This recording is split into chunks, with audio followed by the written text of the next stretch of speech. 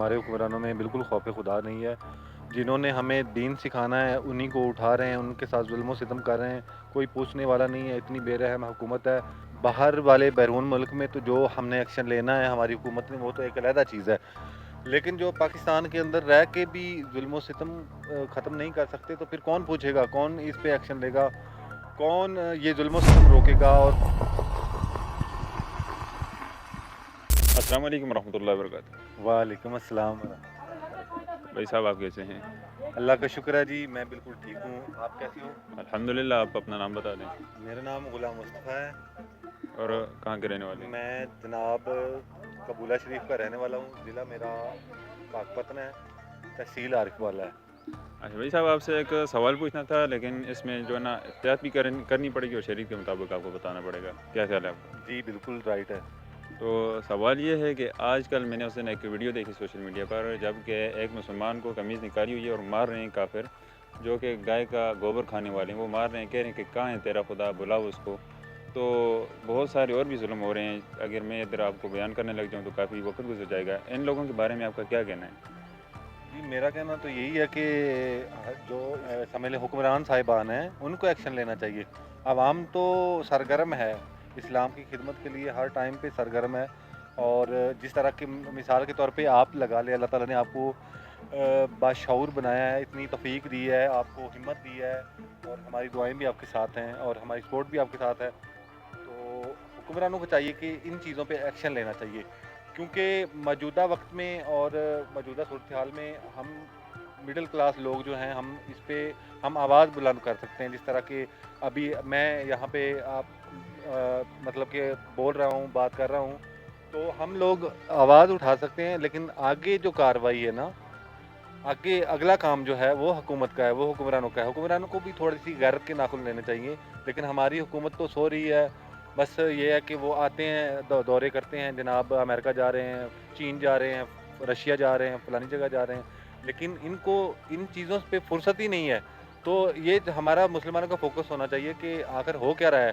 मुसलमानों के साथ इतना जुल्म सितम हो रहा है, तो आवाज़ कौन उठाएगा और उस पर एक्शन कौन लेगा।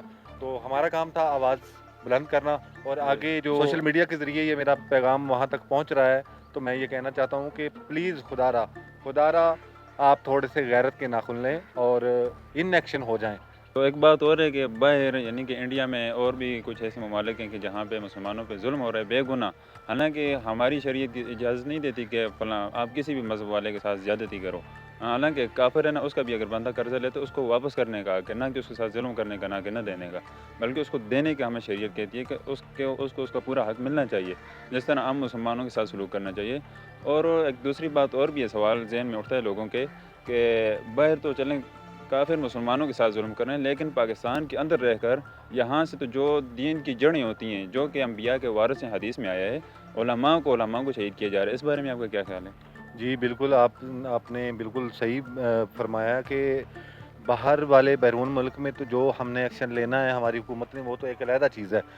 लेकिन जो पाकिस्तान के अंदर रह के भी जुल्म सितम ख़त्म नहीं कर सकते, तो फिर कौन पूछेगा, कौन इस पे एक्शन लेगा, कौन ये जुल्म सितम रोकेगा, और कौन इस्लाम की हिफाजत करेगा।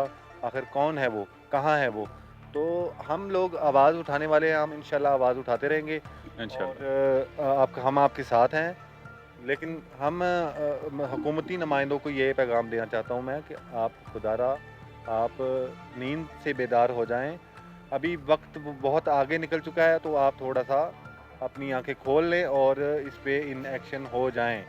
तो बात यह है कि आज ना लोगों के दिलों के अंदर रहम नहीं है। जो हमारे हुक्मरान हैं, मैं उनके ख़िलाफ़ बोलना नहीं चाहता, लेकिन बात यह है कि जो आज हमारे ऊपर हुक्मरानी कर रहे हैं, उनको देखने में आया है, सुनने में आया है, बल्कि हमने खुद बज़ाते खुद वीडियो देखी है, उनकी लाइव वीडियो देखी है कि सूरतुल इखलास, बल्कि सूरतुल फातिहा जो कि नमाज के अंदर पढ़ी जाती है, वो भी नहीं आती उनको। तो वो और लोगों को क्या बोलेंगे, और लोगों को क्या दीन इस्लाम सिखाएंगे, वो किस तरीके से दीन की खिदमत करेंगे, ये उनको सीखना पड़ेगा या क्या करना पड़ेगा।